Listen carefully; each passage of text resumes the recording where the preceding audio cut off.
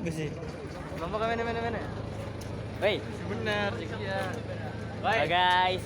Jadi video kali ini kita bakal field trip ke Cirebon ya guys. Ntar dulu, gak kelihatan. Mana sih itu orangnya? Yo, ikuti terus perjalanan kita ya guys.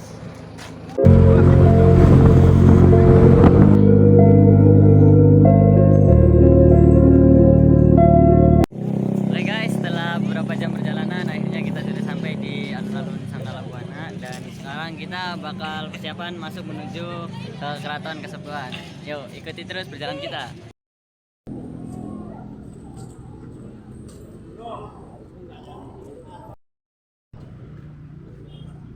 Sejarah tempo dulu, nama Keraton Kasepuhan ini zaman dulu banget disebutnya Keraton Pakungwati sebelum nama Keraton Kasepuhan. Jadi Pakung muda, Wati artinya perempuan. Jadi nama zaman dulu ini, keraton zaman dulu ini diambil nama dari putri atau anaknya Pangeran Cakrabuana yang bernama Nyimas Pakungwati dan berdiri pada tahun 1400.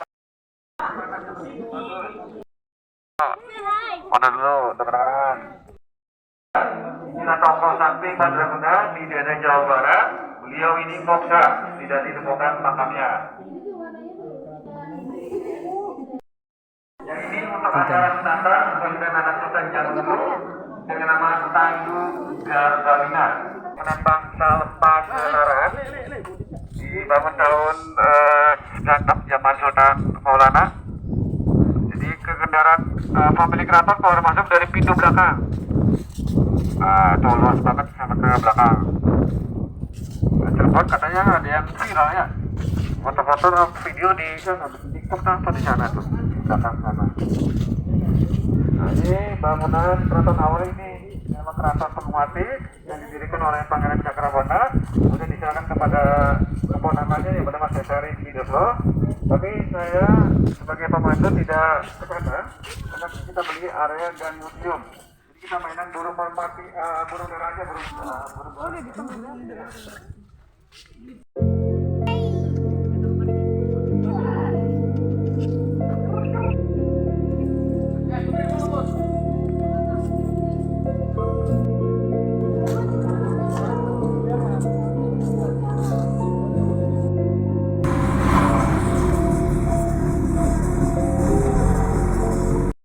Yo guys, kita sudah tiba di tujuan berikutnya yaitu Batik Tusmi Cirebon.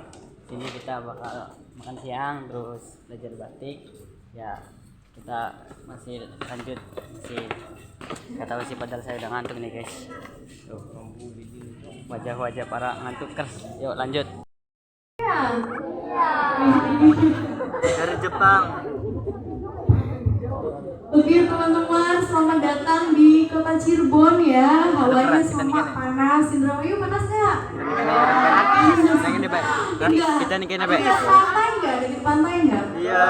Deket ya, lumayan jauh ya perjalanan dari Patrol ke Cirebon. Nah teman-teman, hari ini teman-teman sudah pada tahu kita mau ngapain ya hari ini? Mau membatik. Orang Indramayu punya ciri khas batik juga, namanya batik Palman ya. Nah, udah ada yang pernah ngebatik sebelumnya? Udah pernah? Oke, kita coba lagi hari ini ya. Nah teman-teman, hari ini karena ada di Cirebon, mumpung ada di Cirebon, hari ini kita akan bereduwisata. Yang pertama nanti teman-teman akan membatik, kemudian dilanjutkan dengan melihat workshop batik dan masuk ke area Terupar Museum. Nah balik lagi ke membatik nih, sebelumnya kakak akan jelaskan ada 5 alat dan bahan yang nanti akan kita gunakan untuk belajar membatik. Tapi tahu nggak nih batik apa yang akan kita buat? Batik tulis atau batik cap? Batik tulis, betul ya, batik tulis. Jadi ada 5 alat yang nanti akan kita pakai atau kita gunakan. Silakan sambil dicek ya teman-teman. Yang pertama alatnya pastikan sudah ada kompor yang menyala. Ada kompornya? Ada ya, sudah menyala semua? Sudah, oke. Yang kedua ada wajan. Semua ada wajannya? Ada semua ya. Wajannya sudah ada isinya? Udah ada. Yang di belakang mencair belum? Belum mencair. Oke. Yang di belakang nanti bisa switch sama yang sudah kepanasan. Dan yang ketiga ada cairan yang namanya lilin atau malam. Nah, lilin dan malam ini teman-teman bukan pewarna ya, bukan pewarna batik. Lilinnya ini berfungsi untuk menutup bagian yang tidak ingin diwarnai. Jadi kalau pewarna batik itu ada sendiri namanya indigo sol biasanya dipakainya. Nah, kalau malam ini fungsinya untuk menutup bagian yang tidak ingin terkena warna ketika pewarnaan. Kemudian yang keempat ya, alatnya ada kain batik. Nanti teman-teman akan dibagikan kain contohnya seperti ini. Nah, untuk motifnya sendiri random ya teman-teman, ada yang dapat mendung, ada yang bunga. Motifnya kurang lebih seperti ini. Nah, nanti di tugas teman-teman di dalam motifnya ini teman-teman nanti bisa menebalkan dan bisa memberi hiasan di bagian dalam batiknya dengan menggunakan alat yang kelima. Alat yang kelima bentuknya seperti ini. Nah, ada yang tahu ini namanya apa? Canting. Canting. Ini cantik, cangkir atau apa? Canting, betul. Nah, canting ini teman-teman punya 3 bagian. Ada gagang canting, bak canting, dan pipa canting. Yang digunakan untuk mengambil cairan lilin nanti adalah baknya ya. Jadi ambilnya itu seperti gayung, seperti ini. Nah, nanti cantingnya ini kita gunakan untuk mengambil cairan lilin atau malam. Nah, dari 5 bahan tadi, 5 alat tadi, teman-teman ada yang mau ditanyakan dulu nggak nih? Ada yang mau bertanya? Tidak ada? Oke, jadi ada 5 ya yang kita butuhkan, alatnya ada 5. Salah satunya adalah canting. Nah teman-teman, sebelum mulai, kalau nanti teman-teman sudah dibagikan cantingnya satu persatu, silakan teman-teman belajar pegang cantingnya dulu. Nanti cara pegang cantingnya itu seperti pegang pensil atau pulpen. Kenapa? Karena kita menggunakan spanduk. Kalau menggunakan gawangan seperti pembatik yang ada di atas, posisi cantingnya itu miring seperti ini ya. Nah, biasanya kalau pembatik handal itu cantingnya miring seperti ini. Tapi karena teman-teman di sini belajar bersama-sama dan untuk pertama kalinya, posisi dari kainnya tersebut boleh diletakkan di pahanya masing-masing atau di kotaknya ya kalau muat. Kemudian nanti posisi dari cantingnya tersebut seperti ini, seperti pegang pensil atau pulpen. Jadi tidak begini seperti pengrajin ya, ditukik ke bawah. Nah, kalau nanti ada yang pakai canting kemudian banyak yang netes, ini kok banyak yang bocor ya. Nah, itu sebenarnya bukan bocor ya, tapi posisi pegang cantingnya kurang menukik ke bawah. Jadi nanti seperti ini ya teman-teman. Sebelum dimulai nanti teman-teman coba dulu cara pegangnya sampai lemes nih, sampai gini ya, sampai udah nggak tremor lagi. Biasanya gini, deg-degan gitu ya. Kalau takut ini panas, jadi teman-teman tremor. Nah, nggak usah tremor ya, lemesin aja. Cara pegangnya sama seperti pegang pensil atau pulpen. Ada yang mau ditanyakan sampai sini? Tidak ada?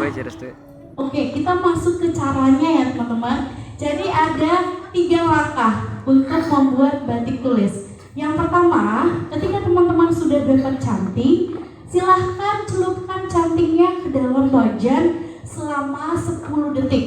Nah, dicelupkannya itu sampai bak cantingnya terendam. Dicelup 10 detik. Kalau sudah dicelup, langkah yang kedua, ambil cairannya perlahan. Lihat pipanya sudah menetes atau belum. Kalau pipanya sudah menetes, masuk ke langkah yang ketiga. Buang cairan yang tadi, ambil cairan baru. Kemudian tempelkan bagian bawah cantingnya di kotaknya masing-masing. Diginiin aja ya, supaya bagian lilin yang ada di bawah cantingnya itu tidak menetes-netes. Jadi harus ditempelin dulu. Setelah itu teman-teman bisa langsung aplikasikan ke kain batiknya. Jadi tugasnya teman-teman di sini hanya menebalkan garis yang ada di kain batiknya. Jadi ada 3 langkah ya. Apa tadi langkah yang pertama? Celupkan apa? Canting ke dalam wajan. Selama berapa detik? 10 detik. Kemudian yang kedua, ambil cairannya, yang dilihat apanya? Pipanya ya, pipanya netes atau belum. Kalau sudah menetes, cara yang ketiga, buang cairannya, ambil cairan baru, tempelkan dulu ya, jangan lupa ditiriskan. Kemudian teman-teman tinggal mengikuti garis yang ada di kain batiknya. Kalau sudah semua, yang mau dihias lagi boleh, yang mau digambar-gambar lagi juga boleh, dan jangan lupa diberi nama dan kelasnya masing-masing. Oke, sampai sini ada yang mau ditanyakan? Tidak ada? Sudah jelas semuanya? Oke, sudah siap membatik? Oke, kok suaranya lemas? Sudah siap membatik? Siap. Oke, dari depan dulu nih, Mas. Dibagi dulu ya, teman-teman ya.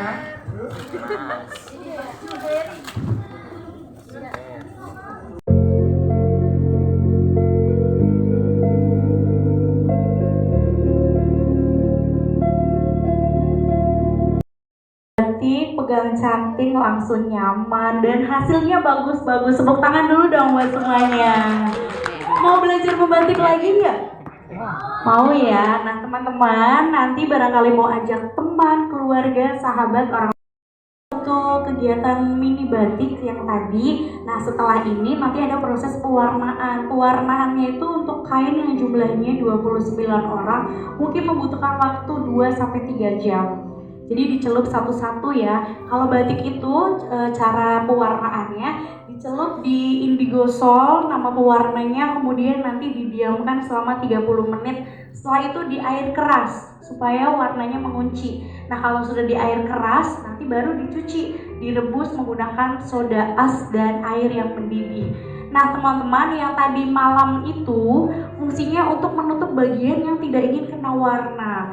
Jadi nanti ketika pencelupan yang tadi teman-teman sudah kasih malam, nah itu nanti tetap warna putih. Jadi yang tadi ada malamnya, ada lilinnya, nanti tidak akan terkena cairan pewarnanya, tetap warna putih. Jadi fungsinya itu untuk memblok bagian yang tidak ingin kena warna untuk malamnya. Kurang lebih 2-3 jam sampai jadinya. Cuman karena rombongannya minggu ini banyak teman-teman, jadi kami membutuhkan waktu 7 hari untuk sampai selesai diwarnai, maksimal 7 hari dari hari ini. Ada lagi? Nama toko, nama daerah, atau nama apa menurut teman-teman? Nama toko batik, betul ya, nama toko batik, nama daerah, lebih tepatnya adalah nama desa. Jadi desanya itu namanya Desa Trusmi, kepanjangan dari terus bersemi teman-teman, makanya namanya itu Trusmi. Aslinya itu namanya terus bersemi. Jadi zaman dulunya itu ketika Syekh Syarif Hidayatullah atau Ki Buyut Trusmi datang ke tempat ini, setiap tanaman yang ditanam di wilayah ini, di wilayah tersebut, nah selalu tumbuh dan bersemi, makanya dinamakan Trusmi. BT Batik Trusmi, letaknya ada di Desa Trusmi, dan Trusminya itu kepanjangannya terus bersemi. Oke, sampai sini teman-teman, ada yang mau ditanyakan lagi? Udah ya? Nah ya, yang dibikin tadi ada 2 jenis ya, ada pengrajin batik cap sama batik tulis. Nah hasilnya tuh nanti bisa teman-teman lihat ke depan. Itu batik tulis, nanti teman-teman kalau mau lihat ada di Batik Premium. Tempatnya itu seperti akuarium, jadi cuma 1 kotak, tapi itu special dan limited edition. Jadi kalau teman-teman beli, nah itu koleksinya nggak ada lagi. Jadi cuma dibikin 1 per jenis batik tulis. Kalau yang batik cap, nanti teman-teman ada balainya dekat kasir. Nah teman-teman nanti bisa lihat koleksi dari hasil pengrajin di situ. Namanya batik premium dan batik stand 8, batik cap. Dimulai dari harga 80.000 sampai 15 juta. Jadi teman-teman bisa lihat. Ada lagi pertanyaannya? Boleh ditanyakan sebelum kita lanjut ke terbang museum. Cirebon itu apa? Megamendung, betul ya, udah pada tahu ya. Selain itu ada lagi mungkin pertanyaannya. Barangkali ada yang punya pertanyaan? Boleh? Sejarah batik Trusmi. Kalau sejarah batik Trusmi banyak versi ya teman-teman, tapi versi yang paling terkenal, pertama kali batik datang ke Cirebon itu dibawa oleh Putri Ongtin, membawa gelas, piring yang bentuknya itu banyak awan-awan megamendungnya. Nah setelah itu masyarakat dari Desa Trusmi ingin memberikan suatu karya seni. Nah, karya seninya itu mereka tuangkan dalam bentuk batik. Jadi awalnya bisa terbentuk batik itu karena melihat ornamen-ornamen dari Cina seperti piring, mangkok. Nah, teman-teman bisa lihat ya kalau teman-teman sering lihat Naruto. Nah, Naruto juga batiknya mega mendung, tapi cenderung bulat. Kalau batik dari Cirebon itu ujungnya runcing, bedanya di situ. Jadi dulunya Putri Ongtin yang dari Cina itu menikah dengan Sunan Gunung Jati. Nah, kalau di Cina itu mega mendungnya dituangkan ke piring, ke gelas, ke alat-alat makan. Nah, sedangkan di Trusmi sendiri, di Cirebon sendiri dituangkan dalam bentuk batik. Seperti itu. Dan untuk pemilik dari BT Batik Trusmi ini juga asli orang pribumi ya, asli orang sini. Nah, tokoh-tokoh yang berada di depan BT Batik Trusmi itu semuanya saudara, kakak beradik, jadi sudah turun-temurun. Mata pencarian di desa Trusmi itu rata-rata pembatik. Gitu. Ada lagi yang mau bertanya? Oh, berdiri. Ini didirikan di tanggal 11 Maret 2011. Jadi udah berapa tahun ya? 10 tahun lebih. Ya, 11 Maret 2011.